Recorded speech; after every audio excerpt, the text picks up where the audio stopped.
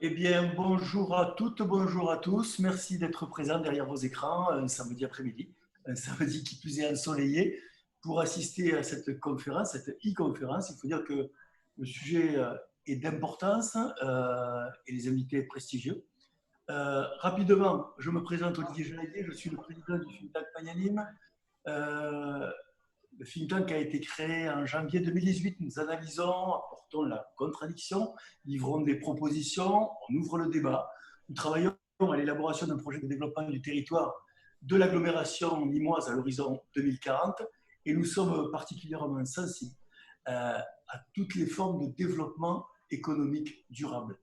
Et ce qui explique notre conférence du jour sur le thème mourir sur scène, oui, vivre sans scène, non. Voilà, très rapidement, pour ceux qui sont déjà à cette conférence, je vous rappelle les règles du...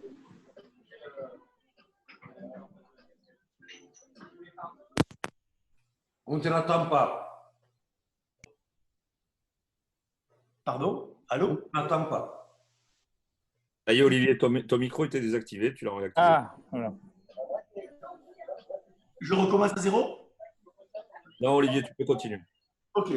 Donc, je vous rappelle juste les règles du jeu. Vous posez vos questions. Un modérateur en régie les rassemblera, les synthétisera. Et si les sujets n'ont pas déjà été évoqués de façon spontanée par nos intervenants, eh bien, elles seront posées à nos conférenciers dans la seconde. Voilà. Alors, la situation post-Covid engage peu à peu un lent retour à la normale dans quasiment tous les secteurs économiques. Une partie de la culture, non des moindres, doit encore attendre. Donc le think tank a décidé il y a quelques semaines l'organisation de cette e-conférence et de réunir les acteurs de la culture pour mesurer un peu l'impact de la crise sur un secteur qui est traditionnellement générateur de développement économique et pour envisager surtout des perspectives d'avenir. Alors, il faut bien l'avouer, et on doit le dire aujourd'hui, qui plus est, veille de la fête de la musique, la culture, et plus précisément le spectacle vivant, est le grand oublié des secteurs économiques dans le grand plan de relance gouvernemental. Voilà, donc je vous présente sans plus attendre nos intervenants, et puis on va revenir vers eux tout à l'heure. Je commencerai par Madame Zaya Ziwani, qui a créé son orchestre en banlieue avec des musiciens et un public de diverses origines sociales. Elle l'a créé il y a 20 ans, parce que l'orchestre vient de fêter ses 20 ans. Elle le dirige, cet orchestre qui s'appelle Divertimento, qui réunit 70 musiciens sur la région Île-de-France. En 2007, elle est nommée premier chef d'orchestre, invité de l'Orchestre national d'Algérie. Elle se produit régulièrement aux côtés de solistes de renom et dans des salles prestigieuses telles que la Cité de la Musique, la salle Pleyel, l'Olympia, le Grand Théâtre de Provence. Elle est régulièrement invitée à diriger des orchestres symphoniques prestigieux en France et à l'étranger. Elle est très sensible aux questions liées à l'accès à la culture pour tous les publics. Zaya Ziwani se consacre à des actions et des projets ambitieux permettant de sensibiliser les publics à la musique symphonique et lyrique. Pour l'ensemble de son activité, elle a reçu plusieurs distinctions. Elle a été nommée décorée officier des arts et des lettres, chevalier même des arts et des lettres. En 2008, chevalier de l'Ordre national du mérite, premier prix de musique. C'est la récompense la plus élevée décernée pour sa contribution et son investissement à la vie musicale par l'Algérie. Et enfin, en 2006, le trophée de la réussite au féminin. Madame Ziwani est également membre de conseils d'administration prestigieux de nombreuses fondations, dont celle de France Télévisions, ainsi que celle de Jean-Luc Lagardère.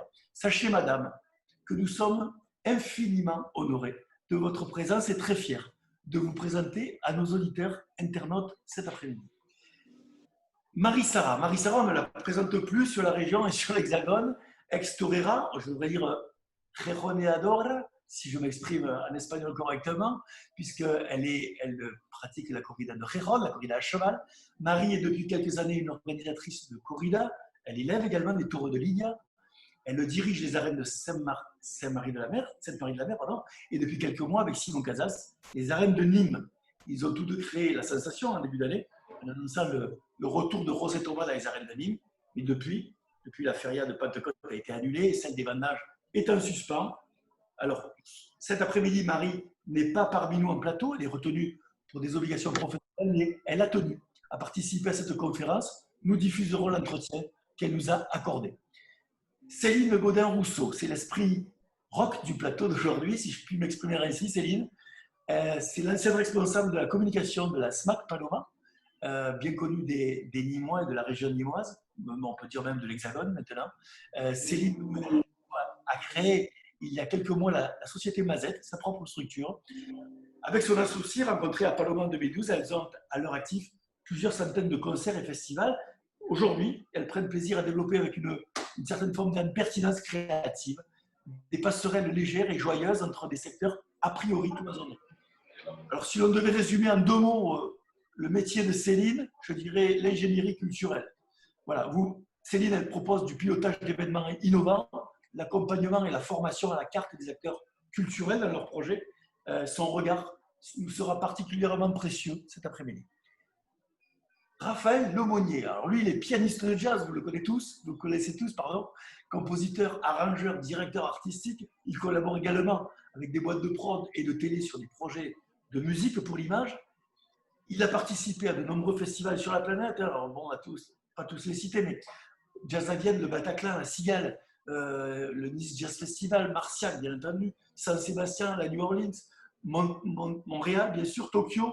Il a côtoyé de nombreux musiciens américains dans les clubs de Manhattan. C'est d'ailleurs à New York qu'il a enregistré son premier album en 2008 et qu'il a rencontré China Moses, avec laquelle il crée le spectacle hommage à Dinah Washington, et qu'ils ont entamé ensemble une tournée mondiale de plus de 3 ans. Donc son regard, bien sûr, sur la situation mérite vraiment d'être partagé, parce qu'il a vraiment une idée très précise de ce qu'il faudrait. Marc Zaouch, lui, est le monsieur cinéma de Nîmes. Il n'avait pas 30 ans quand il devient propriétaire du cinéma Le Vox, en 88. Il a récidivé 2 ans plus tard en faisant l'acquisition du cinéma Majestic, rue Émile Jamet, bien connu des Nîmois. En 99, il a ouvert le multiplex Majestic à Quessargues. Et après une longue attente, il a enfin sorti son projet qui lui tenait à cœur, le Cap Cinéma, devenu depuis le CGR. Il est le directeur général associé de ce cinéma. Et Évrard nous dira la situation, les diffuseurs et les perspectives d'avenir de ce secteur d'activité très particulier. Enfin, Talat El Singabi. Alors lui, c'est le directeur et le fondateur des Internationales de la guitare, labellisé Sud de France. Il est depuis maintenant près de 30 ans une figure historique de la musique à Montpellier, plus largement de la culture en Occitanie. L'Occitanie est en effet là. Je l'ai su avec l'Occitanie, la première région de guitare en France. C'est ici que se fabrique, avec plus de 70 métiers, sur les 450 que compte le pays, les guitares. Là où elles se pratiquent aussi, où elles s'enseignent et entretiennent un lien étroit avec ses multiples origines gypsy et catalanes. On rappellera, il y a quelques décennies, Manitas de Pretas, et plus près de nous, les Gypsy Kings, pour ne citer que celle-ci. Voilà, le Festival des Internationales de la guitare défend son rôle citoyen avec de nombreuses actions sociales. Talat, il intervient dans plus d'une dizaine de communes avec son festival et plusieurs départements. Il a à cœur de mettre en avant la richesse et la diversité culturelle. Je crois que c'est ce qui vous unit tous sur ce plateau. Une richesse culturelle de tous les styles, de toutes les musiques, pour tous les publics. Soyez, monsieur, le bienvenu sur ce plateau. Et merci encore à toutes et à tous pour ce temps que vous avez accepté de nous consacrer. Alors, avant de débattre tous ensemble, je vous propose un petit sujet vidéo que nous avons produit spécifiquement pour introduire cette journée. Marc, c'est à toi. Les effets, c'est qu'on est passé de 100% d'activité à 0. Après 3 mois, même pas 4 mois, 3 mois et demi d'activité. Donc, c'est un peu chaud. On a géré le chaos pendant plusieurs mois. À Orléans, on a annulé 2 festivals. Là, aujourd'hui, je devrais être à Orléans, d'ailleurs, pour Jazz à l'évêché. On a annulé Jazz hors jazz à la scène nationale d'Orléans. On a reporté le Festival des enfants du jazz à Barcelonnette. Les fêtes mexicaines, bien, je pense qu'on ne sait pas si les Mexicains pourront de toute façon venir dans l'espace Schengen. J'avais un tournage d'un clip normalement la semaine du 15 avril. Ça s'est annulé pour les raisons que nous connaissons. J'ai été pas mal déçue parce que c'était une journée de tournage donc, pour mon premier single qui s'appelle Apprenez-moi. On avait prévu une 60aine de figurants. On devait tourner en Bretagne. On ouvrait une nouvelle page de l'histoire avec une nouvelle, on va dire, mini-catastrophe. Mais je me dis moins grave que la Deuxième Guerre mondiale, mais qui allait être quand même, qui allait avoir sa petite importance. On n'est pas des infirmiers, on n'est pas des médecins, on ne va pas trouver le vaccin. Et je me dis, faisons ce qu'on sait faire, amusons les gens. C'est vraiment ce que je me suis dit à ce moment-là. Aujourd'hui, on estime la perte là à 800 000 euros d'activité cette année. Alors oui, on a eu des réponses du ministère de la Culture qui a tenu son engagement, c'est-à-dire d'honorer les contrats des artistes qui étaient prévus et programmés. Donc on peut dire qu'on arrive à rémunérer du coup une partie de la chaîne. Pas forcément toutes les heures des techniciens, pas forcément tous ceux qui avaient la restauration, l'hébergement, c'est-à-dire tous ceux qui travaillent avec nous. Voilà, mais certains artistes, oui. Pareil sur la ville de Montpellier, on a eu une validation et en fait nationalement on s'aperçoit que tout ce qui est institution subventionnée joue à peu près le jeu. Sur les mairies, c'est un peu plus complexe. On s'aperçoit qu'en plus, en période électorale, déjà dans la culture, 6 mois avant les élections, 6 mois après les élections, notre vie est en jeu. Moi, j'ai déménagé plusieurs fois à cause d'élections qui se sont mal passées. Et bien là, on s'aperçoit que certains maires interprètent, font un peu ce qu'ils veulent des textes, des décrets et des applications. Nous, au niveau des aides, on a eu 1 500 € de l'État. Ce qui n'est pas suffisant pour toutes les charges qu'on a à payer. La région, j'ai reçu une réponse de la région, j'ai fait une demande d'aide à la région, qui m'a dit que les dossiers allaient être traités fin juillet. On n'a pas été lâché par les pouvoirs publics, notamment déjà 70, les subventions du Conseil général de la ville, de la direction régionale des affaires culturelles, donc du ministère de la Culture, sont arrivées. De la région, ça va, je pense, également bien se passer. Nos mécènes tels que la Caisse d'épargne aussi. Donc, on est quand même entourés, on est quand même tous très, très solidaires. Mais voilà, aujourd'hui, on n'a pas vraiment de lisibilité. Tous les jours, on s'appelle. On est très, très solidaires dans la filière pour gérer la situation et pour ramener le public et les artistes dans les salles et en toute sécurité. On est passé après tout le monde. Et je trouve que c'est important quand même la culture, tout ce qui se passe, la distraction, pardon. Je me dis la première chose qu'on a à faire, c'est qu'on regarde la télé et c'est fait. La culture participe grandement à notre divertissement, aux choses que putain, je suis sérieux sur cette interview. Mais voilà, oui. Alors je réponds oui, elle a été sous-estimée. Annuler le Festival d'Avignon, par exemple, qui est le moteur économique de la ville, c'est un non-sens, quoi. Sur un festival tel que Jazz à Vienne, nous avions fait une étude à l'époque, c'est 1 € de subvention produit 15 € de retombées économiques sur le territoire. Donc, c'est quand même vraiment incroyable, c'est sous-estimé, mais surtout, je vais vous dire, ce qui est sous-estimé, c'est la valeur propre de la culture, ce qu'elle signifie pour notre pays. La France, c'est le pays de la culture. En fait, c'est de s'apercevoir que l'artiste est rentable. C'est un placement, c'est un créatif, ça fait partie c'est comme à un moment une section recherche et développement que vous pouvez avoir dans votre entreprise. C'est des personnes dont leur boulot c'est de chercher. C'est pas forcément de marquer le point à chaque fois, mais c'est de chercher jusqu'au moment où justement ils vont permettre de sortir quelque chose qu'on va modéliser et sur lequel on va faire une économie. Nos activités ont été très impactées et on s'est réfugié un petit peu dans le numérique. On a commandé des vidéos à des musiciens, on les a rétribuées quand on a pu. Certains nous ont offert des vidéos, par exemple Raphaël Lemonnier.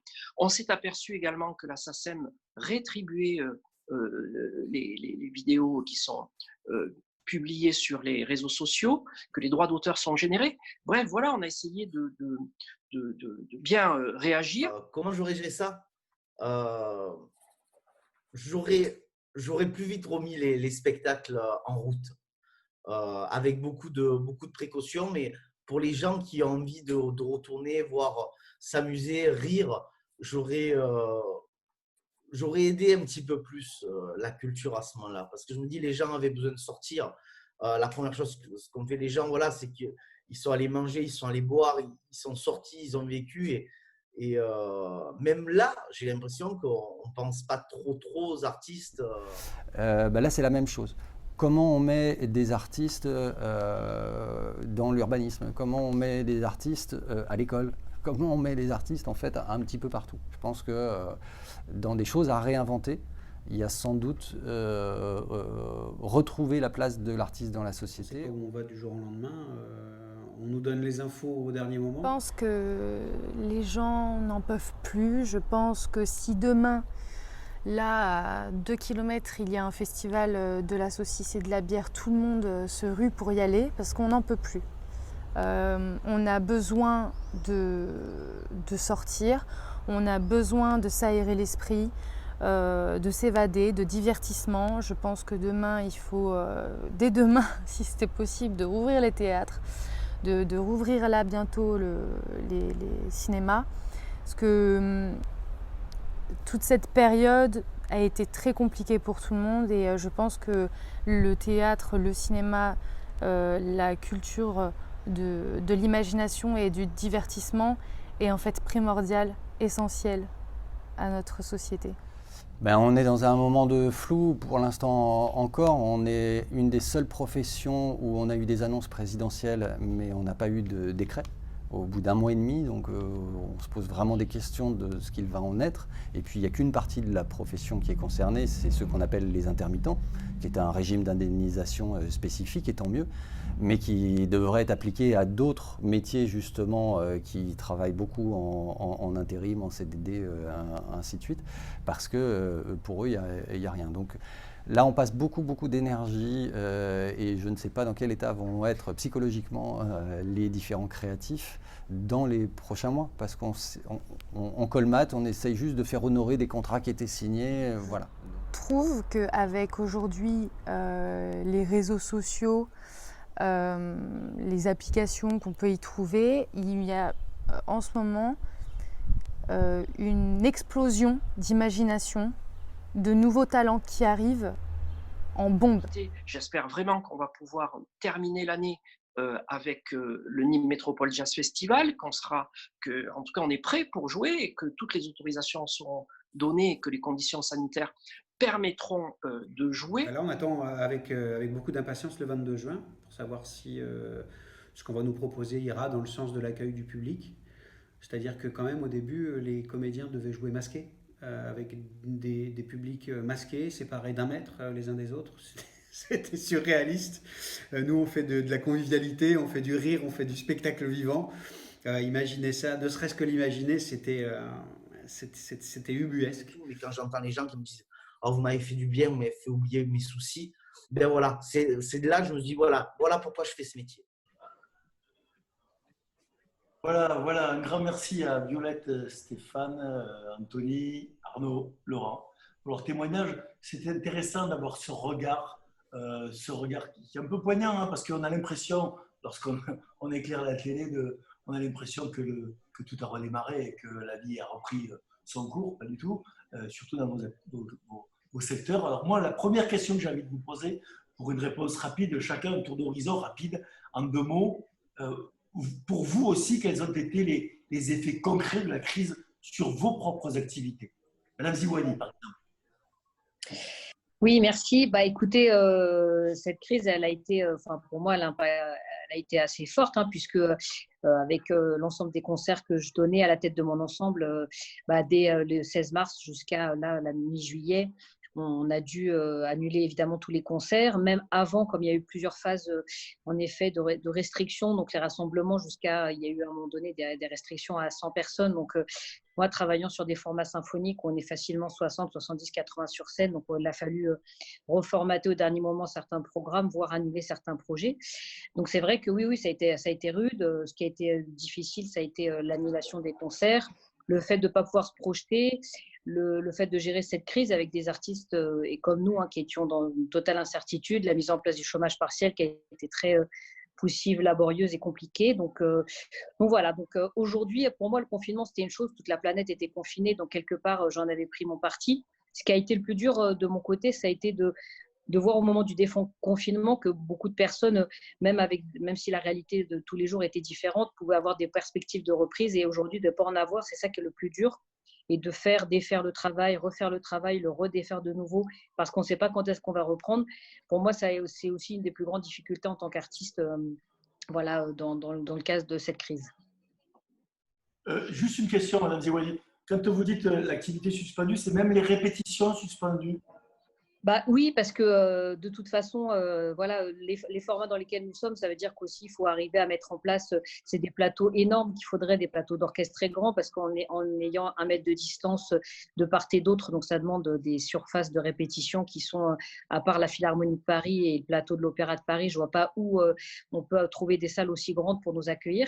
Et puis après, pour la simple et bonne raison que moi, si je n'ai pas de recettes, je ne peux pas engager de production et que l'économie de projet de mes productions sont basées avec un tout petit peu de subventions, malheureusement pas beaucoup, pas assez, un peu de mécénat privé et aussi en fonction des recettes. Donc pour moi, si je n'ai pas de perspective de concert concrète, je ne peux pas répéter parce que je n'ai pas de recettes qui me permettront de pouvoir rémunérer les musiciens. Bien sûr. Talat, vous, concernant votre activité, le festival, comment ça se passe? Si vous voulez, le problème, c'est que dès le départ, on manquait de visibilité. Même si le président de la République il a parlé en bras de chemise, et à côté de lui, il y avait un ministre de la Culture qui est en train d'apprendre des notes, et donc nous sommes mal l'outil. C'est-à-dire qu'il n'y a aucune visibilité par rapport à la France. Alors, la culture en France, ce n'est pas n'importe quoi. La culture, il faut voir une vision globale. Je ne regarde pas mon petit affaire. Je regarde globalement. Globalement, la culture en France, c'est quand même 2 millions de personnes qui travaillent, 300 000 intermittents de spectacle, 6 000 festivals. Donc cette culture, il n'a jamais vu un plan d'accompagnement et de sauvetage lisible, clair, chiffré, inscrit dans le temps. Donc ça n'est pas fait. Bon, pour nous, au festival, bon, je ne sais pas, à l'heure où on parle, peut-être il y a des gens ici, des amis et des collègues qui le savent. Est-ce qu'il y a quelqu'un qui sait combien de personnes qu'on peut mettre dans une salle? On ne sait pas. Est-ce qu'on sait une salle de 10 000 places, s'il dit un siège sur 2, c'est-à-dire un quart de la salle? Parce que c'est un à droite, un à gauche, un devant et un derrière. Donc, et après, je vois bien la chose, c'est-à-dire qu'il y a des concerts qui ne sont pas viables avec ce genre de dispositifs. C'est pareil pour le cinéma, c'est pareil pour les salles de concert telles que les Paloma, le Rockstore, Victoire 2, etc. Donc, il n'y a pas de visibilité. Et après, le président, il a dit, et les génies de bon sens et de la création, etc., etc. Et après, rien. Ce qu'il a consacré la France à la culture, c'est 22 millions. Et après, je termine, 22 millions, plus les mesures de chômage partiel et les intermittents. Ça arrive à peine à 50 millions. Cependant, en même temps, l'Allemagne elle a consacré 50 milliards. Ah oui, mais on reviendra sur ce sujet-là avec vous, Talat, parce que donc, je suis très pessimiste. Très pessimiste. Je le dis pour nos auditeurs, on va revenir là-dessus parce que vous avez fait une pétition, vous avez lancé une pétition et surtout vous avez écrit une lettre ouverte au président de la République. Alors franchement, très bien écrite et très bien argumentée, très honnêtement. En tout cas, c'est mon appréciation et qui est très intéressante sur la situation de la culture en France et l'état de la culture en France. Céline, vous, votre activité, l'impact pour une structure nouvelle en plus? Pour les entreprises, ah oui. Oui, on a eu un impact certain, mais je suis d'accord avec Talat qu'il faut parler aussi d'une situation globale, mais je pense que ça nous a imposé ainsi à d'autres structures une nécessité de repositionnement stratégique, puisque nous, on faisait de la production événementielle et de la coordination événementielle, donc nous avons dû abandonner provisoirement cette partie-là. En revanche, nous avons trouvé notre place dans l'accompagnement stratégique en période de crise de structures culturelles qui se sont trouvées tout d'un coup démunies et qui avaient besoin de soutien et d'accompagnement, d'avoir un peu la tête, de maintenir la tête hors de l'eau et d'avoir une vision transversale. Donc, on s'est repositionné là-dessus, de la formation auprès de musiciens et de groupes. Donc, voilà, on a vraiment repositionné la stratégie de notre entreprise. Et c'est vrai que sur l'impact global, c'est, comme on l'a dit tout à l'heure, un grand degré d'incertitude. On a bénéficié des aides de l'État sur les 2 premiers mois en raison de la chute du chiffre d'affaires. Mais au-delà de notre propre activité, qui effectivement qui a été le lot de beaucoup d'entreprises et même si nous sommes relativement jeunes, je pense que c'est toute la filière que ça a questionné et notamment la question des indépendants qui se trouve être un peu le trou dans la raquette au niveau des dispositifs d'aide, puisque les intermittents ont bénéficié, même si le décret n'est pas sorti, d'une mesure présidentielle. Les structures restent, elles, dans la plupart des cas, subventionnées. Mais pour ce qui est des indépendants, je pense aux attachés de presse, à tout un tas de missions et de prestataires qui gravitent autour des structures culturelles et qui sont fondamentales. Moi, je suis responsable de la communication via Mazette d'un festival de 100 000 personnes, dont j'ai géré malheureusement l'annulation puisqu'il a lieu fin août. Et en fait, nous sommes indépendants pour ces structures-là. Et effectivement, la négociation des prestations s'est faite au bon vouloir des structures culturelles. C'est-à-dire que certaines se sont montrées généreuses. Ce fut mon cas avec le festival dont je parle, qui s'appelle le Cabaret Vert. Mais bien sûr, d'autres indépendants se sont vus, leurs contrats se sont arrêtés brutalement et ils n'ont pas été indemnisés. Donc, je pense que la question du statut et de l'écosystème global de la culture est vraiment mise à mal et déstabilisée dans son ensemble par la crise. Alors, merci Céline. Je viens vers Raphaël parce que Raphaël, on a déjà échangé ensemble sur ce sujet-là. J'aimerais avoir ton sentiment, toi, sur comment tu as vécu la crise. Et puis c'est vrai que tu m'avais évoqué ta vision aussi sur comment on pourrait demain prévoir les festivals pour que ce genre de situation soit un peu moins impactante. Tu nous entends ou pas? Ah. Ça y est. Ah, ça y est, oui, là. Donc la question, c'était… Non, je revenais vers toi pour avoir ton expérience sur cette crise. C'est vrai que Céline nous parlait de son expérience à elle et elle rebondissait sur le fait que les contrats sont plus honorés. Il y a des gens qui se retrouvent sur le carreau. Toi, on avait échangé là-dessus la fois dernière. Et oui. Moi, ce qui me concerne, vous m'entendez là? Oui, parfaitement. Oui. Alors effectivement, moi, du jour au lendemain, j'ai eu tous les concerts d'annulés. Et donc là, j'en suis à près de 30 concerts d'annulés. Le prochain concert, c'est le 1er août qui a été maintenu. Donc, ça va plus de 6 mois d'inactivité. Et effectivement, suivant l'interlocuteur que nous avons en face, les structures subventionnées honorent le contrat, c'est-à-dire que soit c'est un paiement complet du contrat ou alors c'est chômage partiel. Mais dès qu'on a affaire à des structures beaucoup plus privées ou des structures plus petites, c'est l'annulation pure et simple du contrat. L'autre effet aussi donc du Covid, c'est effectivement l'annulation des contrats, mais c'est aussi le report des projets de plus de 6 mois, de 7 mois. C'est-à-dire que je devais enregistrer un album au mois d'avril. Cet album ne sera pas enregistré. La sortie de l'album est donc annulée, retardée, et ce sera remis à l'année prochaine. Donc, c'est des retards de 6 mois, 1 an sur des projets qui devaient se faire. Voilà concrètement. Stéphane, tout à l'heure, dans le sujet, disait presque 2 ans, des fois 2022, les projets. Oui, jusqu'à… Oui, des projets qui… parce que moi, le problème que j'ai eu, je travaillais sur des projets, c'est-à-dire que pendant 2 mois, il était impossible de joindre quelqu'un au téléphone ou même par mail. C'est-à-dire qu'on a l'impression que toute activité était gelée. Et pour travailler sur des projets, pour demander de autorisation de droits, de films, parce que là, je travaillais sur un ciné-concert, donc il fallait avoir des interlocuteurs. Et tout ça, en fait, a été gelé du jour au lendemain. Et du coup, les échéances sont passées et tout est retardé d'1 an, voire 2 ans. Ok. Évrard, toi, fermeture totale du cinéma. On est où aujourd'hui? Oui. Nous, on ouvre lundi. Effectivement, donc c'est quand même une bonne nouvelle parce que il faut rouvrir, hein, il faut que dans tous les commentaires qu'on a eu là, soit nos participants, soit ceux qui sont passés en vidéo, le plus important, c'est quand même de rouvrir, de redonner la possibilité à nos clients de revenir dans les lieux. Et nous, on a la chance, certes avec des mesures strictes, mais on a la chance de pouvoir réouvrir dès le 22, oui, dès lundi. Alors, les mesures, elles sont quand même assez souples, parce que j'entendais tout à l'heure Talaraf là, qui disait pour les fauteuils, les espacements de fauteuils.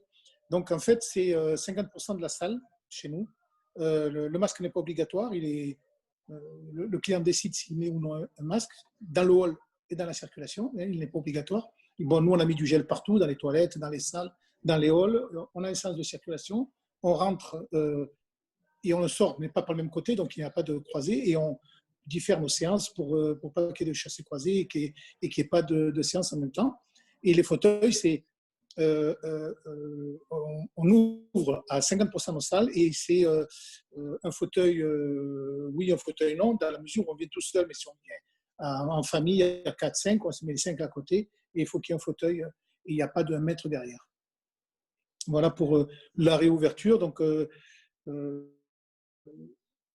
la bonne nouvelle, c'est qu'on escomptait une ouverture, c'est ce qu'on nous avait dit mes associés, parce qu'on est un petit peu une niche à part à Nîmes, parce que je suis associé à un groupe. Donc les groupes, je ne participe pas directement aux réunions, puisque c'était les gros groupes qui nous géraient. C'est-à-dire, quand je parle des gros groupes, c'est Gaumont Pâté, UGC et CGR. Et ils traitaient directement. Et nous, on m'a expliqué le résultat des discussions. Et on pensait réellement ouvrir au mois de juillet, plus vers le 15. Et puis, je pense que l'état sanitaire nous a permis d'ouvrir dès le 22 juin, et tant mieux. Sans compter que c'est vraiment une période très, très, très opportune en termes de production cinématographique. Ben, on vient pas, c'est comme dans les festivals, on vient voir du spectacle, on vient voir quelque chose, donc on ne vient pas au cinéma s'il n'y a pas de film. Donc,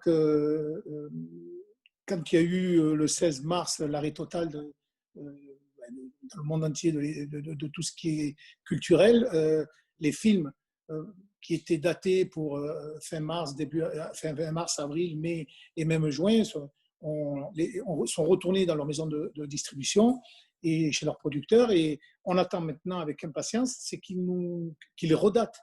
On a des dates parce que pour nous maintenant, la deuxième étape et la plus importante, c'est d'avoir le contenu à mettre dans nos salles, c'est-à-dire que les films reviennent. Pour la réouverture, là, on a pris les films qu'on a stoppés et qui n'ont pas pu avoir leur existence au mois de mars, c'est-à-dire du 15 février au 15 mars. On a repris ces films-là avec plus ou moins de séances pour leur donner la fin de carrière qu'ils auraient dû avoir à l'époque.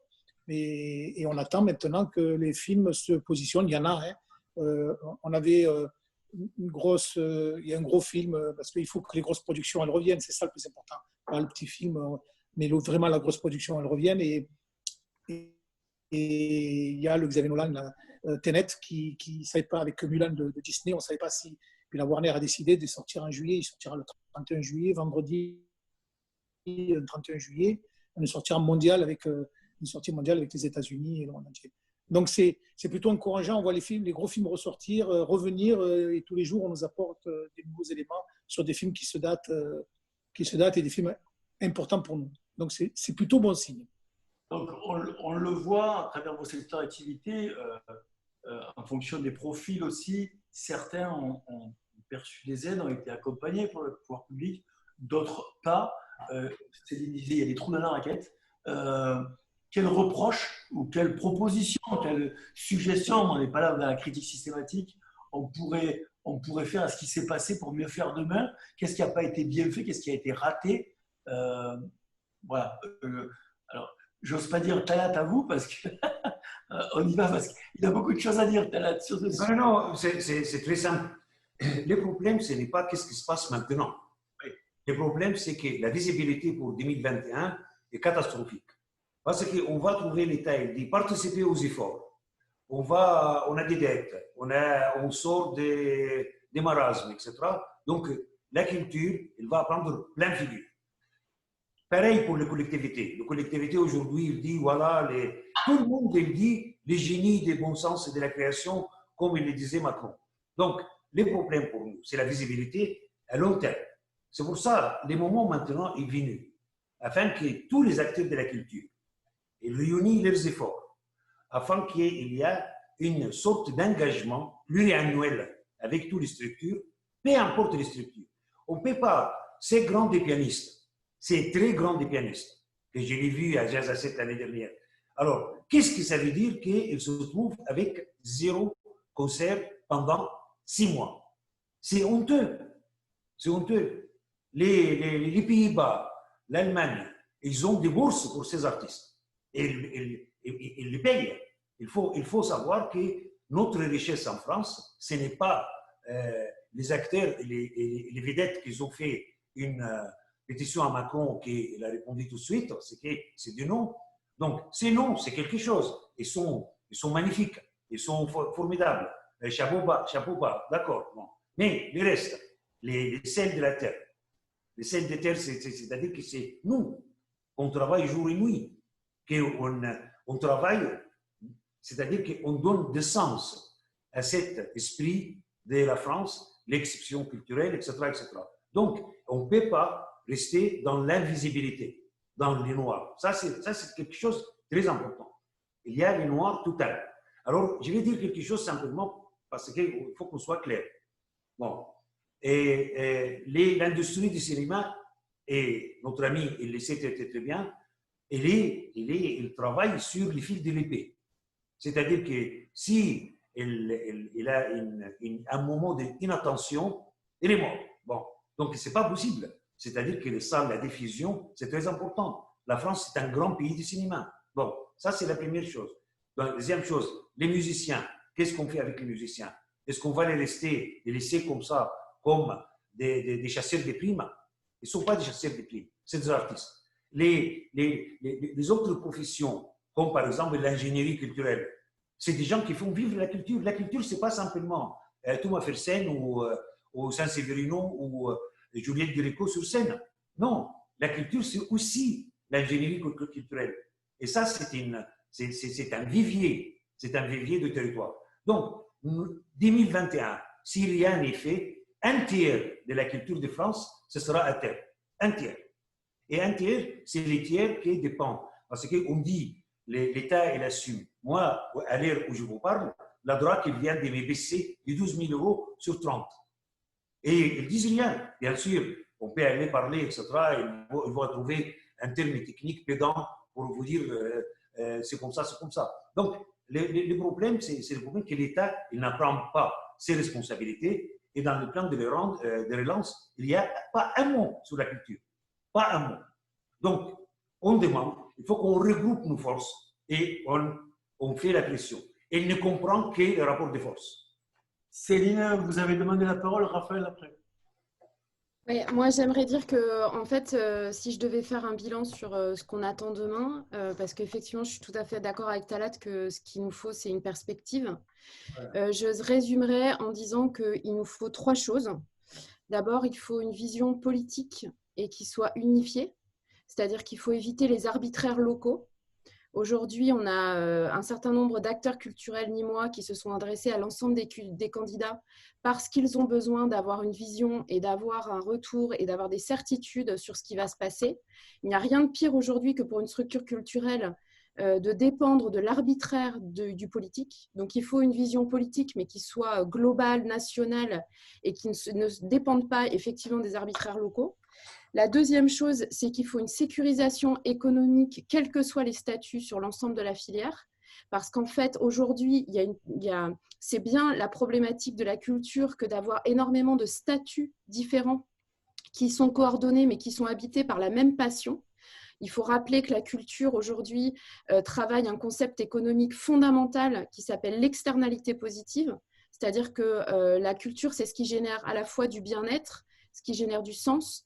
Évidemment, il y a un impact économique qui est important, mais la culture, elle est là aussi pour procurer un sens et quelque chose de fondamental et important. De culture, ils ont eu besoin de cinéma, ils ont eu besoin d'écouter de la musique, etc. Et la troisième chose qu'il faut, qui à mon avis est fondamentale, c'est la synergie et la transversalité. C'est-à-dire que là où pendant très longtemps, et je pense qu'on peut faire aussi une autocritique en tant que structure culturelle, on a été beaucoup dans des tours d'ivoire et dans une sectorisation de la culture, c'est-à-dire que l'État français, et c'est une particularité unique au monde, sectorise la culture. Donc, il y a les scènes chorégraphiques, il y a les SMAC, il y a les centres, il y a les opéras. Et donc, chaque pôle culturel et chaque structure a ses propres missions de service public, mais se trouve cloisonnées dans un certain nombre de missions et d'interactions. Je crois qu'aujourd'hui, il faut décloisonner. Il faut travailler sur les synergies entre les structures culturelles, mais aussi avec d'autres pôles. Et comme pour moi, à Mazette, mon associé moi-même, la Clotilde Bernier moi-même, on réfléchit beaucoup à la synergie avec le tourisme. Je pense qu'à l'échelle locale et à l'échelle du territoire, il y a vraiment une synergie évidente avec le secteur touristique qui lui aussi est en crise, qui lui aussi va avoir du mal à se relever. Et du coup, il doit y avoir une refonte et retravailler le projet vraiment sur l'attractivité des territoires, mais au sens noble, pas uniquement économique, au sens du rayonnement le plus positif du terme. Et tout le monde doit pouvoir se mettre autour de la table pour penser l'avenir dans ce sens-là. Alors, avant de donner la parole à Raphaël, je partage tout à fait votre position entre tourisme et culture. Nous, à Magnani, on s'est exprimé sur le projet UNESCO qui est porté par la ville de Nîmes. Le projet UNESCO, il est porté par le tourisme, par les lieux au tourisme. Il se trouve que le projet UNESCO, c'est à la base, c'est la culture. Sauf qu'en France, effectivement, la culture, on ne sait pas trop où la positionner, on ne sait pas trop comment faire avec, et donc on n'ose pas l'utiliser à bon escient. Le projet UNESCO doit être porté par la culture. C'est avant tout un projet culturel, le projet UNESCO. Si on arrive avec un projet touristique, ça veut dire on veut faire du pognon avec vous. La culture sert à faire du pognon. On le voit, elle est rentable, la culture, mais ce n'est pas son objectif. Et c'est là qu'il y a une partie, il y a une espèce de non-dit en France qui est pas… Oui, et je vous rejoins là-dessus, puisque nous, une des clés de Mazette, enfin une des raisons pour lesquelles on a créé Mazette, c'est bien pour faire la passerelle entre le monde culturel et le monde économique, parce que la culture se méfie beaucoup de la notion de rentabilité et la notion d'utilitarisme, c'est-à-dire que la notion de faire une production utilitaire, la notion de performance au sens utilitaire, ça questionne beaucoup les artistes et ça les effraie beaucoup. Donc il y a une absence de dialogue parce qu'il y a une fondation qui n'est pas commune. Pourtant, ils ont un fond commun évident, c'est le territoire. C'est-à-dire qu'ils habitent tous sur un territoire et ils ont tous intérêt à faire en sorte que ce territoire soit attractif et draine tout un tas de créateurs et d'entrepreneurs, etc. Donc, je pense qu'il y a des terrains d'entente. Je pense que la crise va nécessiter de nouvelles formes de dialogue. Je crois que même qu'à l'échelle gardoise, c'est en train de voir le jour entre le tourisme et la culture. Je travaille à Gambetta, dans le quartier Gambetta de Nîmes. Le secteur patrimoine a missionné une troupe de théâtre pour faire une visite guidée du quartier Gambetta et qu'une troupe de théâtre se mette dans la peau d'un conférencier sur un quartier de la ville. Ce que je trouve être une initiative vraiment très intéressante parce que ce qu'a créé aussi cette crise, fondamentalement pour la culture, c'est une disponibilité.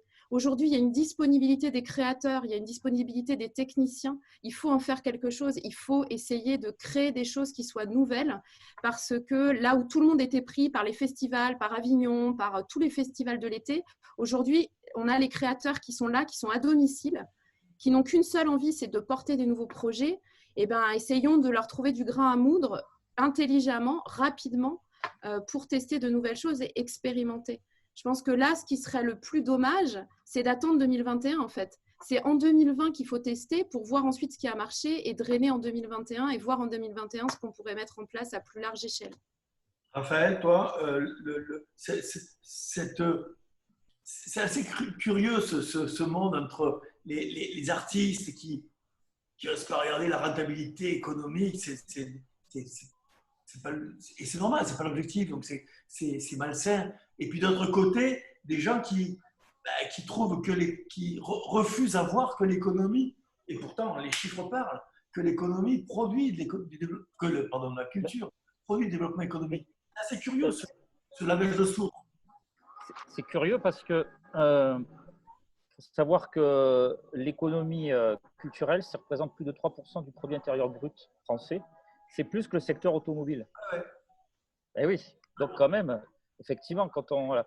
Et pour revenir à ce que disait Talat, moi, ce qui m'inquiète pour l'année prochaine et les 2 ans à venir, c'est que le secteur culturel, c'est un secteur très fragile et qui dépend surtout des politiques culturelles menées par les élus locaux, et les départements et l'État. Et d'ailleurs, il y a une grande différence entre les départements et les villes, suivant l'élu qui est à la tête ou qui insuffle une politique culturelle. Et moi, ce qui m'inquiète, c'est que là, aujourd'hui, il y a beaucoup d'événements qui sont annulés. Et ce qui m'inquiète, c'est que je pense que dans le nombre d'événements qui ont été annulés, il y en a beaucoup qui ne vont pas être reprogrammés l'année prochaine et ni dans les 2 ans à venir. Et qu'il y a les élections municipales qui vont arriver entre-temps et qu'un nouvel élu va dire, écoutez, bon, on ne l'a pas fait l'année dernière, mais écoutez, on ne le fera pas cette année, voilà, c'est fini, on passe à autre chose. Ça, il faut falloir très vigilant. Et effectivement, pour revenir à ce que disait Céline, le fait que ce cloisonnement dont tu parlais, Céline, moi j'en suis victime entre guillemets parce que il y a des salles où je ne veux pas jouer parce que ah non, là on fait que de la musique actuelle, on ne fait pas ce jazz là. Ah non, là on fait de la danse, donc vous ne pouvez pas passer. C'est hyper sectorisé, donc finalement je me retrouve à jouer dans un réseau et pas dans un autre et je ne peux pas passer de l'un à l'autre. Et ça c'est pareil pour bien sûr les gens qui font de la musique actuelle et qui voudraient jouer dans un certain festival de jazz. Ah ben non, on ne peut pas parce qu'on fait que du jazz, pas de la musique actuelle. Et pour revenir à ce qu'on disait par rapport au tourisme et culture, je pense que le moyen de relancer effectivement l'économie, et notamment parce qu'on parle beaucoup du centre-ville, je pense que c'est par la culture. Et là, il y a 3 jours, j'étais contacté par une municipalité qui a annulé tous ses concerts de l'été et qui maintenant commence à se dire il faudrait quand même faire revenir les gens en ville. Et cette municipalité est en train de mettre en place une opération pour faire des concerts tous les samedis de l'été, pour faire jouer les musiciens en petite formation, parce qu'ils disent faire travailler les restaurants, les terrasses, tout le tissu du centre-ville. Donc, c'est qu'il y a des élus qui se rendent compte que c'est vital. Madame, donc, il y a de l'espoir. Oui. Madame Ziwani, je reviens vers vous. Vous êtes attachée aux diversités, à ce qui se passe sur le terrain. Cette période de confinement que nous avons tous vécu, longue période de confinement, elle a permis à tout un chacun, au-delà de ceux, les artistes, ils sont là pour réfléchir, pour penser, pour prendre le temps de faire les choses, pour travailler sur le futile utile, mais pour prendre le temps. Le commun des mortels n'a pas le temps de se poser sur sa conscience personnelle, sur donner du sens à sa vie, presque. Là, on a eu le temps. Et cette période-là, il me semble, a fait prendre conscience au plus grand nombre que de la préciosité des relations sociales, de la culture, que c'était un élément important de l'identification de l'individu, ce qui nous différencie l'homme de l'animal, presque, j'allais dire. Comment vous, artistes, vous appréhendez ça quand vous voyez que les pouvoirs publics considèrent la culture plus comme des budgets que comme un projet? Oui, alors en effet, c'est un vaste sujet parce que là, vous abordez plein d'idées, plein de thématiques. Mais alors déjà, bon, ce qui n'était pas simple, c'est que c'est vrai que moi, en tant que chef d'orchestre et aussi par rapport au projet que je porte avec l'orchestre Divertimento, c'est vrai que moi, mon travail de tous les jours, c'est de rassembler des gens, de fédérer des musiciens autour d'une idée musicale, c'est de jouer ensemble et puis aussi de jouer et d'aller à la rencontre d'un certain nombre de publics partout en France pour que justement on se retrouve autour de toutes nos diversités sociales, culturelles, intergénérationnelles, et que c'est là-dedans que moi en fait j'ai voulu m'exprimer. Et quand j'ai choisi d'être chef d'orchestre, c'est un peu ce chef d'orchestre du 21e siècle que je voulais être, c'est-à-dire à justement pas faire de différence. Alors je rebondis un peu sur ce qu'on disait tout à l'heure sur les cloisonnements, où en effet, en plus, encore plus dans la musique classique, alors moi je parle de cet univers-là, c'est celui que je connais mieux, mais où en effet on oppose souvent les grandes salles de concert aux petites salles de concert, où en fait on fait du classique mais on ne peut pas faire d'autres musiques, où en fait en gros, les artistes, c'est ceux qui ont réussi et les autres font de l'enseignement. Et moi, au contraire, j'ai voulu absolument effacer tous ces cloisonnements. Et il y a 20 ans, quand j'ai lancé ce projet-là, il était parfois vu avec beaucoup de mépris.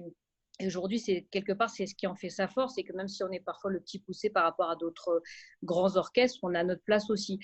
Et donc, du coup, pour moi, c'était pas simple cette période-là, parce qu'en effet, même si on d'œuvrer tous les jours pour qu'on se retrouve, pour qu'on puisse partager des choses ensemble, cette notion du vivre ensemble, alors même si ça veut dire tout et n'importe quoi, mais bon, je l'utilise quand même parce que ça nous permet de savoir de quoi on parle, mais cette notion de vivre ensemble, à un moment donné, quand on est tout seul chez soi et qu'on se dit, il faut surtout pas se rencontrer, il faut surtout pas se toucher, se parler. Enfin, donc c'est vrai que ça a été quelque chose de pas évident.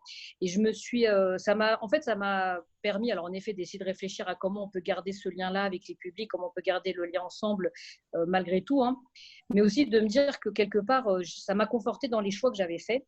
Et où il y a encore quelques temps, parfois, des institutionnels au niveau du ministère de la Culture, de la DRAC, on disait, bon, en gros, Zaya, vous êtes bonne pour travailler en banlieue, retournez dans votre banlieue et en gros, laisser la place pour les autres. Alors, moi, je me bats tous les jours pour que justement, dans des quartiers populaires, on puisse, la dimension d'excellence ou des artistes qui se produisent à l'international puissent aussi venir se produire parce que tout le monde a le droit au beau, tout le monde a le droit au meilleur.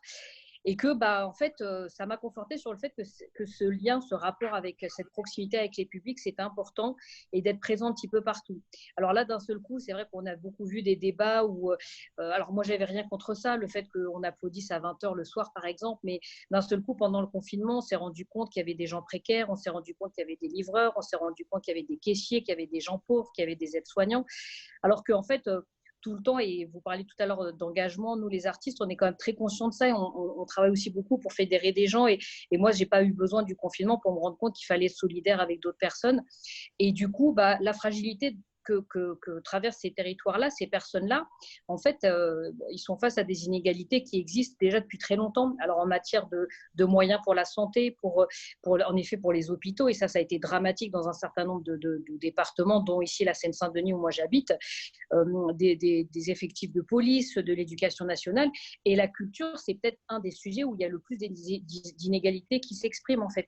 Et donc, en fait, j'espère vraiment que cette période qu'on a traversée, ça nous fera prendre conscience, enfin quand je dis ça nous fera prendre conscience, nous les artistes, je sais qu'on en est pleinement convaincus, mais aussi des institutions que, en fait, ça n'a fait que révéler des inégalités qui étaient très fortes et que maintenant, c'est pas à coup de petits bouts de subventions, de pansements comme ça qu'on va mettre. Aujourd'hui, mon orchestre symphonique, il est plus financé par le ministère de la Ville que par le ministère de la Culture. C'est juste invraisemblable en fait d'entendre toujours les mêmes discours que oui, vous êtes sur des quartiers politiques de la ville, allez voir ailleurs, de toute façon on n'a plus de budget donc on peut pas le distribuer ailleurs. Je pense qu'aujourd'hui on a bien compris qu'il y avait des fortes inégalités surtout dans la culture et il faut que là maintenant cette période qu'on a traversée fasse en sorte qu'on réinterroge les politiques publiques, qu'on réinterroge les projets. Il y a des projets qui sont formidables dans le milieu de la musique, mais il y a aussi des projets qui ont fait aussi leur temps, des institutions qui brassent beaucoup d'argent et maintenant il faut avoir le courage de réarbitrer aussi beaucoup de choses et j'espère que c'est ce qui se passera parce qu'aujourd'hui on ne peut pas continuer comme ça. Et c'est vrai que, en tout cas, moi, cette période qu'on a traversée m'a confortée sur le fait que ça avait beaucoup de sens d'être présent, en effet, sur ces différents territoires et que les gens qu'on a beaucoup vus, qui ont été médiatisés, qui ont été un petit peu se plaindre au niveau de l'Élysée, ce n'est pas ceux que moi, je rencontre sur les territoires où je travaille, en fait. Talat, je me tourne vers vous parce que par rapport à ce qu'a dit Zaya sur l'économie, moi, je reviens sur ce problème de modèle économique, parce qu'on le sait, la culture, elle est rentable. Mais il y a un problème de présentation du modèle économique, parce que d'un côté, il y a les collectivités qui financent la culture, et une culture qui ensuite a un effet multiplicateur considérable, comme on le voit, qui rapporte beaucoup d'argent, sauf que cet argent, il rapporte beaucoup d'argent pas à l'ensemble de la collectivité, il rapporte beaucoup d'argent à quelques privés, des privés. Voilà. Est-ce qu'il n'y a pas un problème de présentation du modèle économique? Pourquoi la culture, pourquoi l'orchestre de Zaya, il est plus financé par la politique de la ville que par le ministère de la Culture? C'est juste hallucinant. Il y a 3 points. Il y a 3 points dans cette histoire des modèles économiques.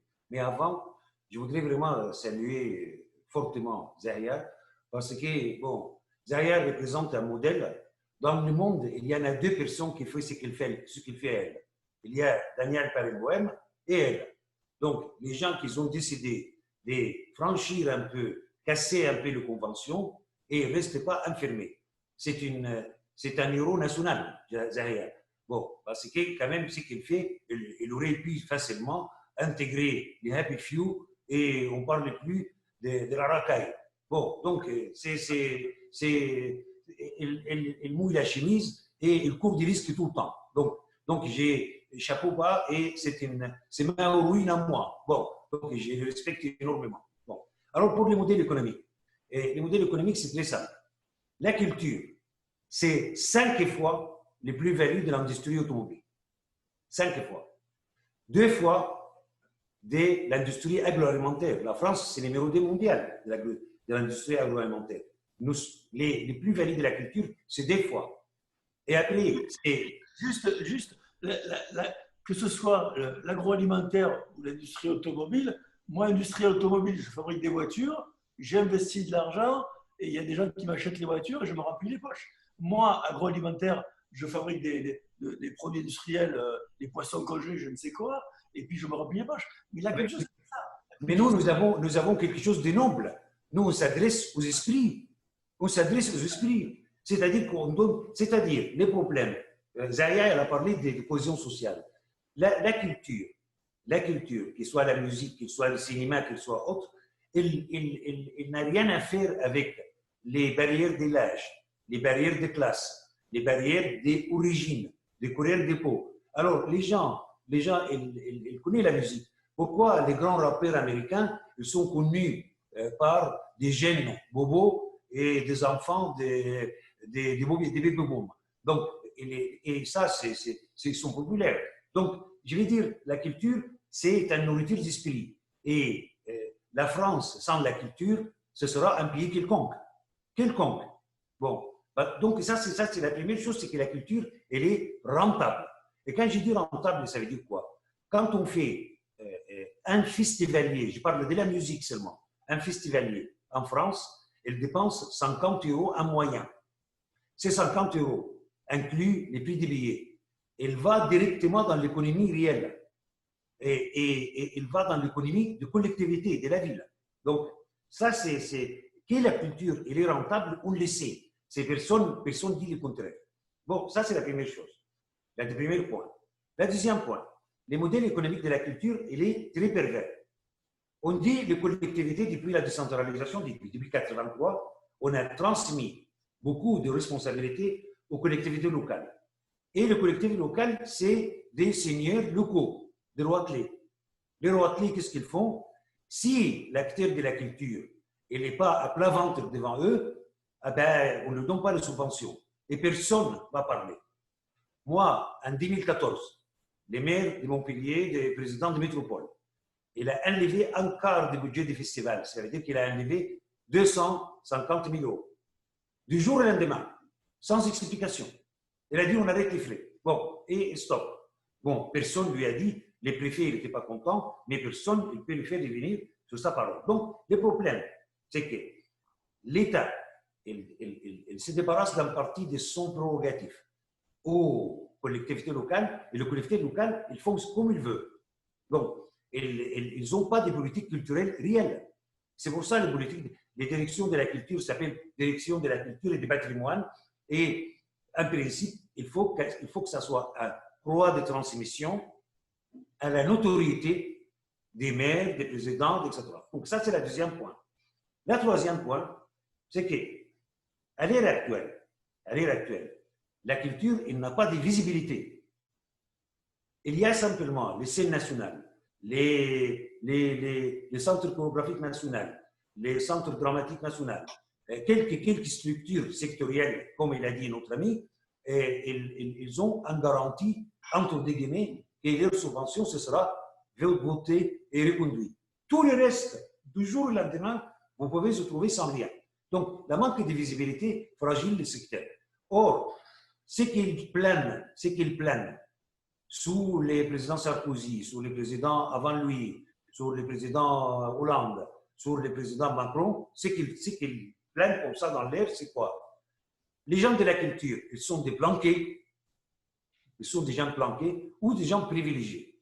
Donc ils l'ont mis dans le même sac, bien sûr, dans le même sac que ça m'honore, les secteurs de la santé, de l'éducation nationale et de la recherche. Ces trois secteurs, ce n'est pas par hasard, sont les secteurs les plus sinistrés en France, les plus sinistrés, parce qu'on considère que personne, ça ne va pas parler, c'est-à-dire que la France ne sera pas paralysée si les gens de la culture ils font grève. Personne, quelqu'un qui me dise. Raphaël, je te donne la parole, je vous donne la parole à tous, à tour de rôle, très très rapidement chacun. Si vous aviez, on le voit, je fais juste une parenthèse, on est à la veille de la fête de la musique. Hier soir, je crois que c'est aux élites, oui, au Paris-Bercy, je crois. Paris-Bercy. Baptisé maintenant, qui a eu un concert de 2000 personnes, je crois, hier soir. Donc ça donne un peu d'espoir, me semble-t-il, pour la réouverture des salles et des concerts. Olivier, je me permets de revenir sur juste un truc sur la dimension économique. Ce qu'il faut dire, c'est qu'en fait, on s'est beaucoup concentré sur ce webinaire sur la question du spectacle vivant. La culture, ce n'est pas que le spectacle vivant, ce n'est pas que la scène. Il y a la dimension aussi des galeries d'art, il y a la dimension, il y a toutes les disquaires, il y a les théâtres, mais il y a aussi, voilà. Et donc, je pense qu'il faut aussi élargir la chose. Il n'y a pas que le spectacle vivant. Et par rapport à ce que disait Talat, je rajouterais aussi que je suis tout à fait d'accord sur la question de l'arbitraire, etc.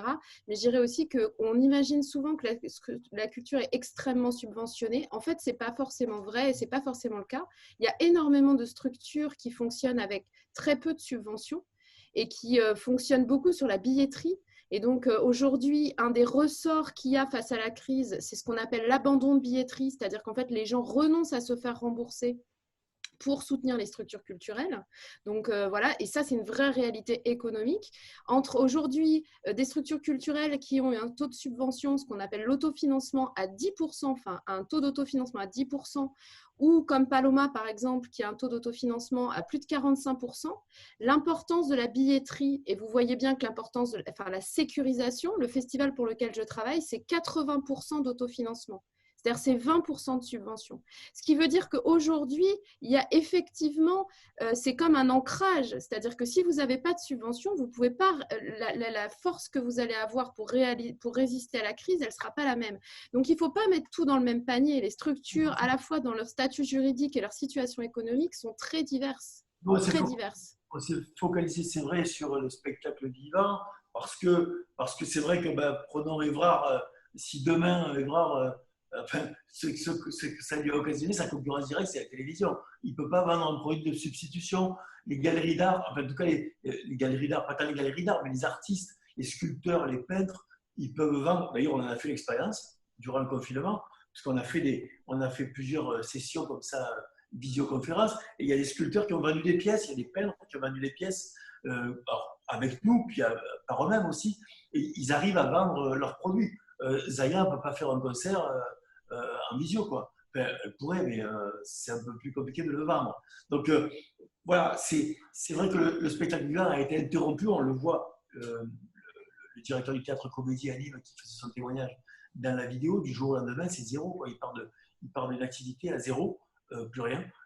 Donc c'est eux qu'on voulait soutenir, effectivement, mais c'est vrai que la culture, globalement, mérite un regard particulier. Vous avez raison, Céline, de le surligner, quoi. Mais oui, si vous aviez tous, parce qu'on approche de la fin et il faut diffuser l'entretien aussi très intéressant de Marie-Sara sur quelque chose de culture réellement locale très important pour nous à Nîmes et dans le sud de la France, à Doromachi, parce qu'il y a des secteurs qui souffrent là aussi beaucoup. Si vous aviez tous, en 2 mots, une proposition à faire positive pour l'avenir, qui pourrait améliorer les choses, pas forcément en sortie de crise, mais qui pourrait améliorer les choses à l'avenir. Raphaël ? Alors, effectivement, il y a plusieurs choses.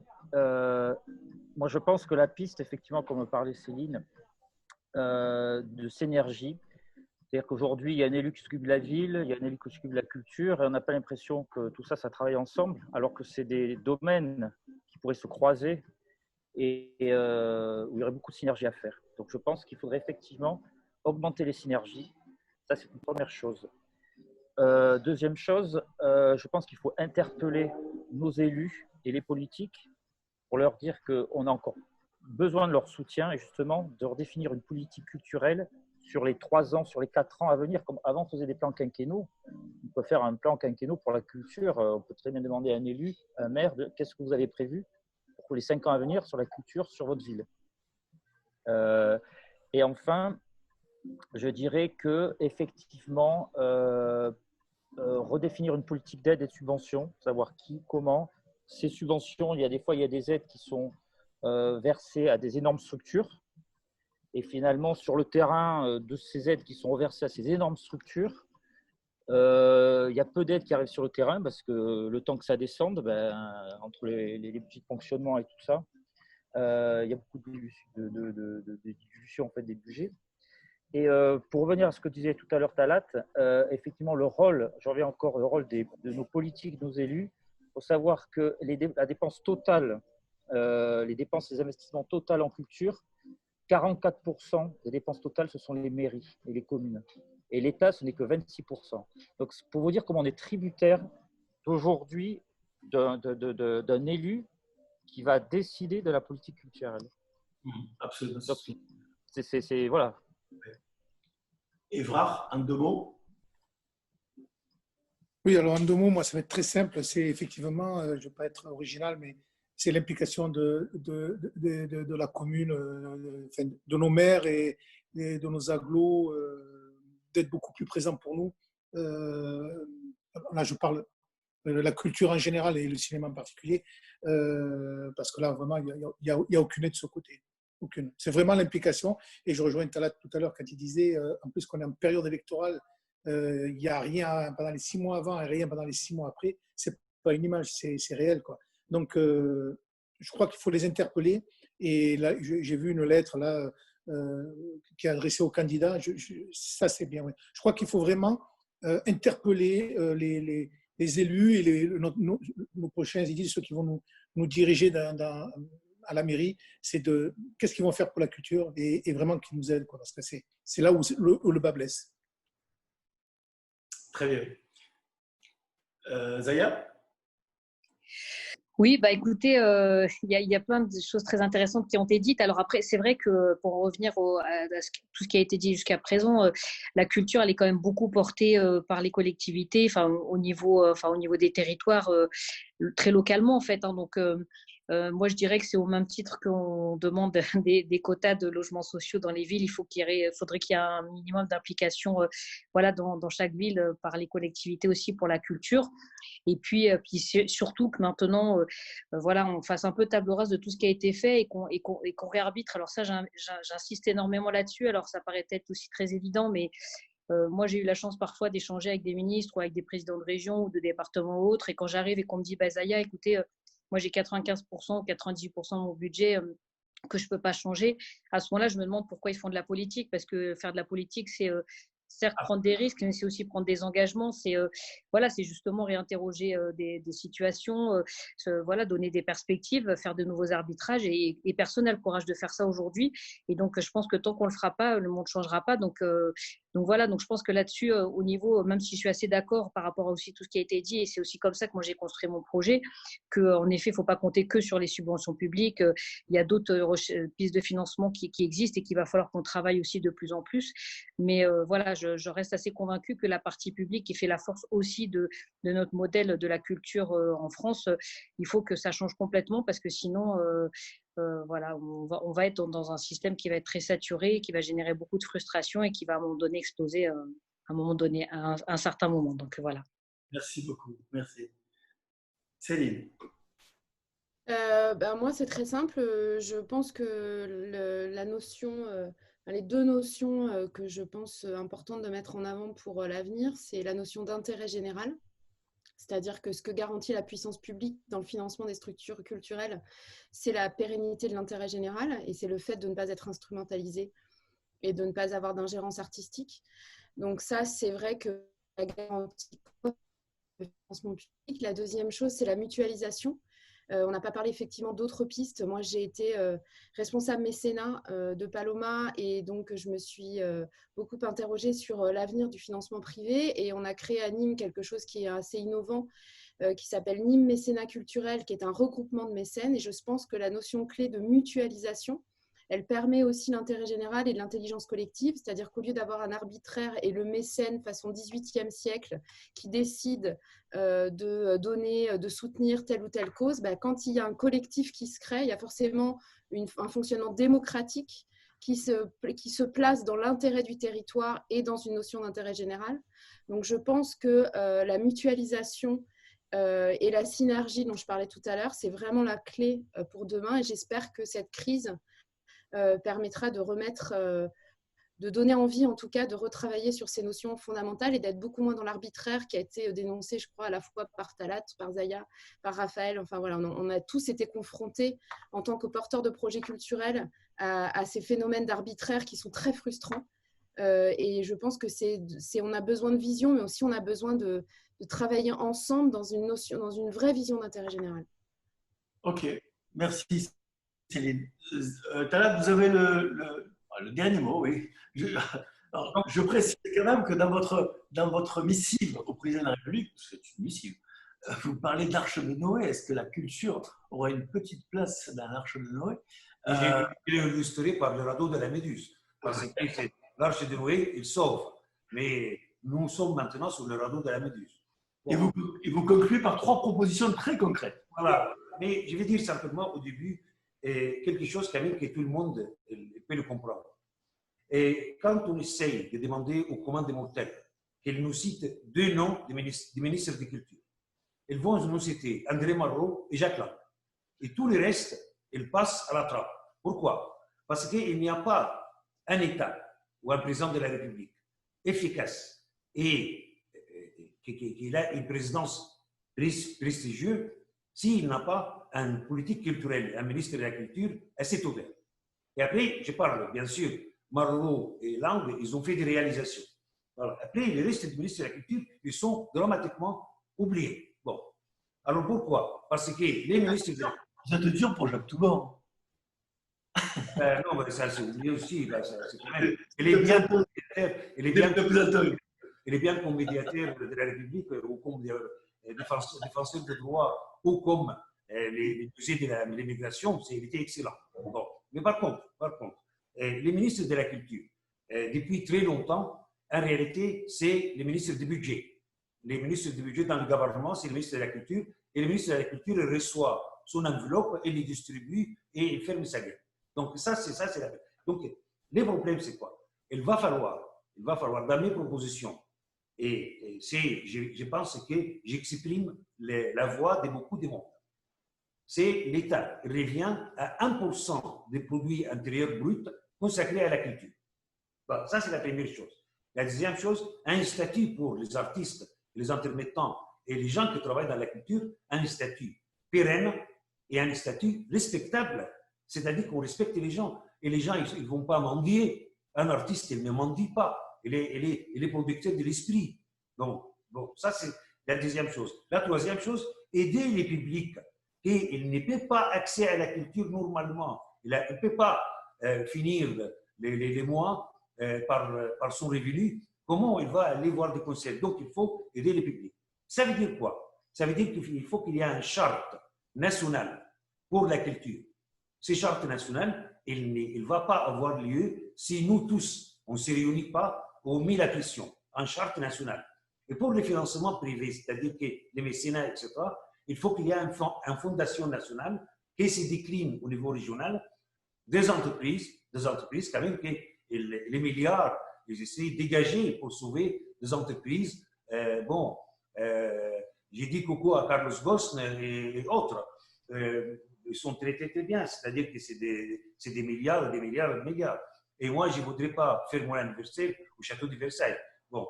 Donc, il faut une charte nationale, et ces chartes nationales, elles garantissent la visibilité et la visibilité dans le temps, et c'est le retour de la République le retour de l'État républicain pour la culture. J'ai plus de confiance dans la DRAC que dans mon élu. La DRAC, c'est des fonctionnaires, c'est des républicains, c'est des fonctionnaires de l'État, et ils vont distribuer, ils vont allouer les subventions plus ou moins correctement, et après, il faut que les choses se renversent. 75% l'État, 25% de collectivité. Je ne peux pas laisser l'essentiel du financement de la culture à des gens qui voudraient qu'ils vous disent « je vous subventionne si tu votes pour moi ». Donc, ça ne va pas, ça. C'est une casse de la citoyenneté. Donc, primo, charte nationale avec l'État, deuxième, fondation nationale pour les mécénats privés, et troisième chose, un grand parti important pour aider les publics. Comment un artiste qui va jouer devant une salle où il y a les mêmes qui voient les spectacles? Alors donc, Zahia, elle peut les sait très bien. Les jeunes des banlieues et les jeunes des quartiers, ils sont assoiffés de culture. Et ils comprennent très bien. Assoiffés, ils comprennent très bien. Et c'est des talents. Donc, la culture, elle va venir par une solidarité. Et je suis à la disposition de tous nos amis et qu'on fasse quelque chose ensemble. De toute façon, comme disaient les Chinois, et je termine là, les routes ou les chemins des 1000 km, ils commencent par un seul pas. Il faut que nous, on commence par ces pas-là. Merci. On lance tout de suite le sujet de Marie-Sara, donc la culture locale, la culture taurine. C'est parti. Bonjour Marie. Bonjour Olivier. Merci beaucoup d'être présente sur ce plateau. Alors, qu'on précise quand même pour ceux qui sont présents sur cette e-conférence, tu es retenu pour des obligations professionnelles ce samedi, donc tu as tenu malgré tout à participer, à être présente sur cette conférence dédiée à la culture. Et je sais que la culture dans ton domaine, elle est importante. Tu as tenu à être présente malgré tes obligations professionnelles, d'où l'enregistrement ce vendredi soir, et qui sera diffusé, donc qui est diffusé en direct, en différé, pardon, sur cet après-midi. Première question, Marie, comment l'organisatrice de spectacles taurins que tu es vit-elle cette période dans un contexte qui était déjà plutôt morose avant le Covid? Écoute, imaginez tous, c'est un peu dramatique parce que effectivement on est à l'arrêt. Maintenant, ça fait 3 mois qu'on est complètement à l'arrêt, sans aucune visibilité. C'est très saisonnier la tauromachie, puisque bien entendu c'est entre mars et octobre en Europe. Donc quand les 3 mois qui sont les mois les principaux où il y a les plus grandes fériades de début de saison sont annulées, bien entendu c'est une année qui sera peut-être blanche. On n'espère pas, mais en tout cas, c'est très, très angoissant. Parce qu'il faut dire qu'au-delà des difficultés que rencontrent tous nos invités qui sont en plateau cet après-midi, qui vivent l'interdiction de rassemblement et l'absence de public, comme toi, qui vivent également l'annulation des engagements d'artistes, comme toi avec les maestros, et vous devez également faire face à la problématique des éleveurs et de leur bétail. Oui, ben nous, on a diverses problématiques. Ce qui se passe, et je ne suis pas là pour pleurer parce qu'à l'arrivée, on va trouver des solutions, on va tous trouver des solutions tous ensemble, mais c'est vrai que la tauromachie, c'est un peu particulier, contrairement à d'autres milieux du spectacle. Il faut savoir qu'on n'a aucune aide d'État, on n'est pas rattaché à de la subvention ni à du sponsor. Donc, c'est vrai que le seul moyen de produire les spectacles tauromachie, c'est de vendre des billets, les gens qui viennent aux arènes. Donc, dans la mesure où on ne peut plus vendre de billets, ou en tout cas beaucoup moins de billets, bien entendu, on est dans ce cas-là complètement bloqué dans la production du spectacle. Alors après, il y a toute la filière de professionnels de la tauromachie qui sont à l'arrêt, qui sont aujourd'hui sans pouvoir s'exprimer, sans pouvoir travailler, sans pouvoir gagner leur vie. Donc, ça va bien entendu du plus grand matador, Figura, qui lui a de quoi faire face, bien entendu, puisque c'est quelqu'un qui gagne très, très, très bien sa vie, mais il y a des toreros beaucoup plus modestes, et puis il y a tous les jeunes qui sont en devenir, qui ne peuvent plus s'entraîner, pas vraiment, qui ne peuvent plus torer. Bien entendu, les éleveurs de taureaux de combat qu'il a, c'est dramatique pour eux parce que déjà que le marché est très petit, il n'y a plus aucun débouché pour les taureaux qui prennent de l'âge. Et tu sais que les taureaux de combat sont combattus entre 4 et 5 ans. Et donc, tous ceux qui étaient prévus pour cette année, qui ne seront pas combattus en public, devront aller à l'abattoir. Encore faut-il qu'il y ait des débouchés dans les abattoirs. Et bien entendu, c'est pas du tout le même prix. Donc, c'est à perte. De toute façon, c'est à perte. Et puis, il y a tous les petits métiers de la tauromachie. Les accompagnateurs, les veilladors, les chauffeurs de quadrilla, les picadors, même les gens qui s'occupent des bureaux de location, de la publicité, enfin, tous les petits métiers de la tauromachie. Toute une économie qui est ébranlée par ce Covid. Mais que tu disais, on n'a pas été aidé en tant qu'organisateur de spectacle, en tant que société. Vous n'avez pas reçu d'aide des pouvoirs publics, que ce soit sur le plan national, régional, non, local? Pas encore. On va sûrement être aidé. En tout cas, on va solliciter de l'aide. Ce que je voulais dire tout à l'heure, c'est qu'on n'est pas aidé. C'est pas subventionné par l'État comme oui, le bien théâtre, entendu, bien entendu. C'est ça ce que je voulais dire tout à l'heure. C'est pas du tout subventionné. Bien entendu. Donc voilà. Donc par contre, bien entendu, on va solliciter des aides. Encore faut-il savoir aujourd'hui où on va, parce qu'on n'a pas la situation encore claire. On ne sait pas si on va pouvoir réorganiser les spectacles cette année. Combien de personnes peuvent rentrer dans les arènes, à partir de quel moment, comment ça va se passer, quels vont être l'espace autorisé sanitairement. Donc, on ne sait pas du tout ce qui va se passer. Donc, on attend, aujourd'hui, on est bien obligé d'attendre d'abord la position du gouvernement, puis ensuite, bien sûr, du maire de chaque ville taurine de France. Et à partir de là, on essaiera de trouver des solutions. Et donc, au-delà, puisque tu dis, on attend les décisions du gouvernement, imaginons que les conditions soient assouplies. Est-ce que tu penses qu'on peut raisonnablement, là c'est une question un peu ni mot ni moise, mais est-ce que tu penses qu'on peut raisonnablement espérer vivre une feria de Nîmes des vendanges en 2020 avec des corridas dignes de ce nom, j'entends? Tout ce que je peux te dire, c'est que nous, on va tout faire pour, bien entendu, parce que ça serait tellement triste qu'il n'y ait pas de feria en septembre à Nîmes. On souffre tous. Donc, on va tout faire pour. Ce qu'il y a, c'est qu'aujourd'hui, il faut savoir comment et de quelle manière. Donc, bien entendu, il va falloir à un moment donné qu'on se réunisse dès que les autorités auront décidé et puis qu'on trouve des solutions. J'imagine que ça ne sera pas encore le retour totalement à la normale. Donc, il faudra s'adapter, peut-être faire une feria. Et là, je spécule, je ne sais pas du tout ce qui va se passer. Mais peut-être faire une feria un petit peu plus courte, un peu différente. Et puis, c'est à ce moment-là qu'on va solliciter des aides aux collectivités. Parce que, tu sais, en gros, on est toujours les perdants. Et là, c'est encore une fois, je dis ça pas du tout pour nous plaindre, nous, en tant qu'organisateurs de spectacles tauromachiques. Mais c'est très, très dur. Tout le monde le sait, c'est une économie aujourd'hui qui est très tendue. L'économie de la production du spectacle de tauromachie. C'est très difficile, même en temps normal, quand les arènes ont l'air d'être pleines, elles ne le sont pas souvent assez pour équilibrer les spectacles ambitieux. Et quand je dis des spectacles ambitieux, c'est avec les grandes vedettes de la tauromachie.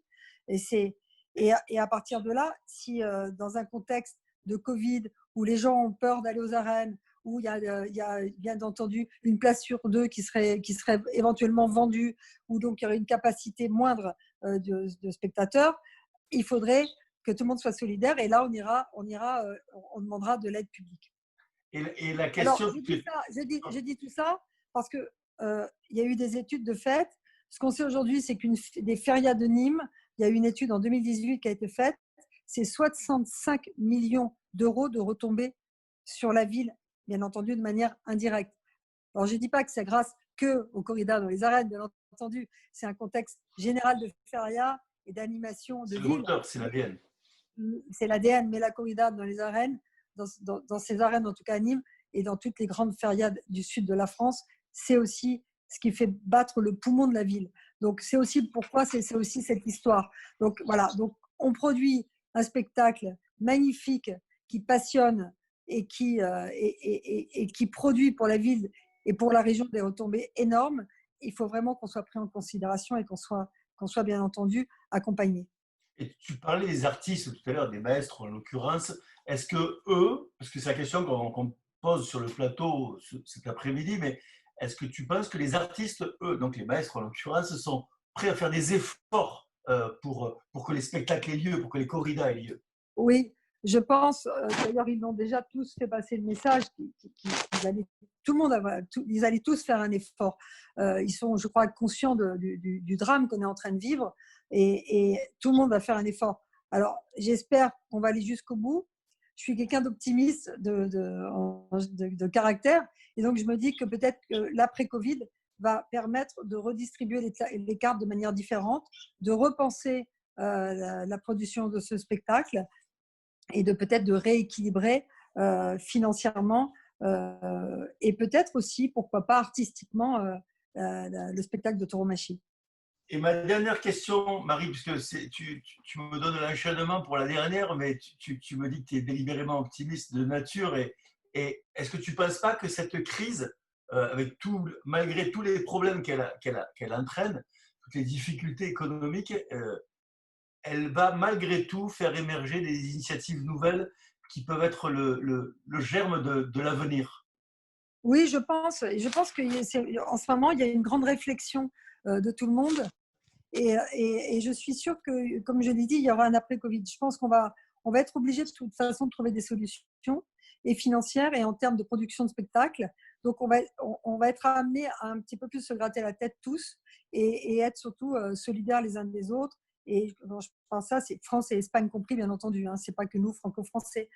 Et je suis sûre qu'on va trouver des solutions et je suis plutôt du coup optimiste dans le.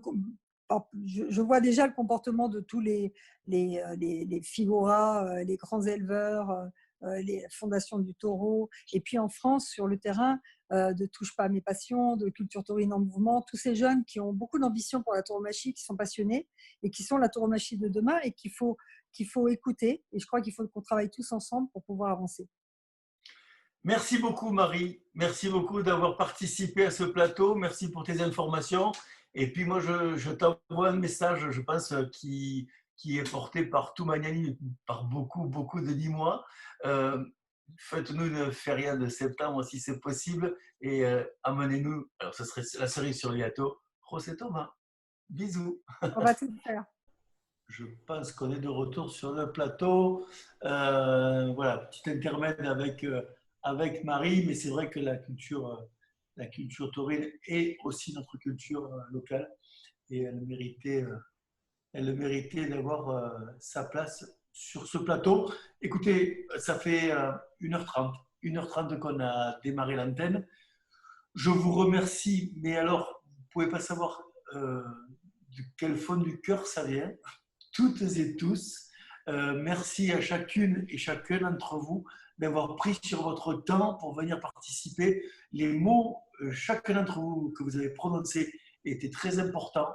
De toute façon, cette émission, elle est enregistrée, elle va être rediffusée sur les réseaux, partagée et largement partagée, je crois.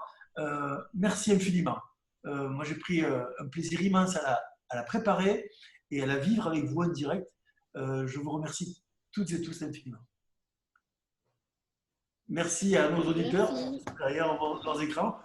Vous pouvez, comme disait un célèbre animateur de télévision, reprendre une activité normale et aller faire du shopping maintenant en centre-ville. Il fait beau, allez-y, consommez. Les commerçants nîmois ont besoin de vous, les restaurateurs et les bistrots aussi. Au revoir. Voilà.